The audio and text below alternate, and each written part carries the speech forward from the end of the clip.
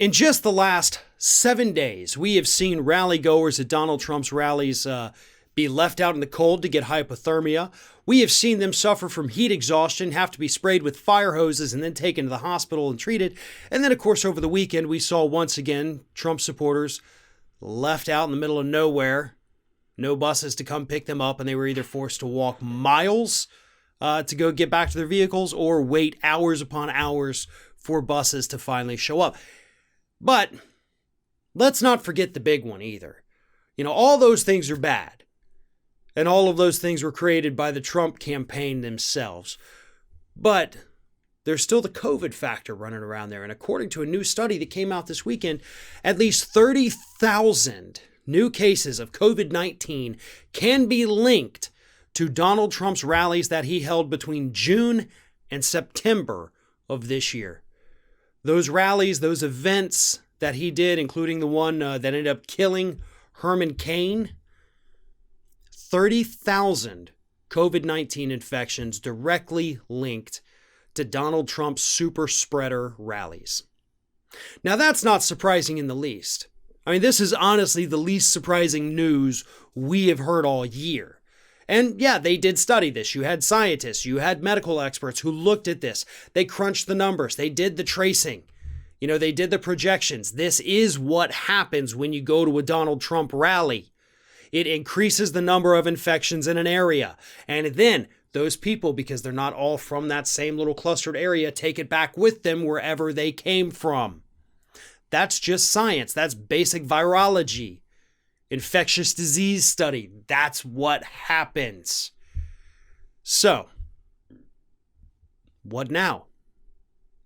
Well, over the weekend, there was a report saying Donald Trump may continue doing his rallies even after he gets reelected. And I saw a lot of folks I admire and respect on Twitter retweeting this and talking about, oh, yeah, he'll definitely do it. Folks, I don't buy that for a second.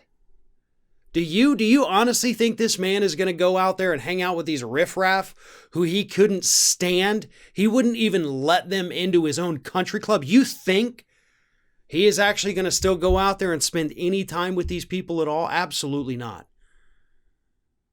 Maybe I'm wrong. Maybe he loves the applause and adoration so much that he'll keep doing it.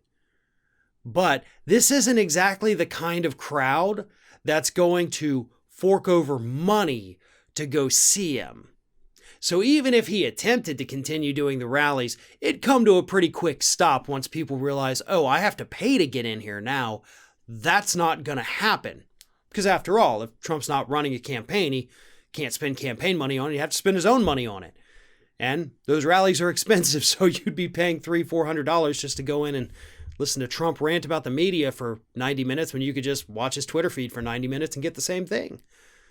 So hopefully, once his campaign ends, which is effectively tomorrow, one way or another, hopefully the rallies stop. Because when the rally stops, infections are going to go down slightly. Now, is that going to cure the pandemic? Absolutely not.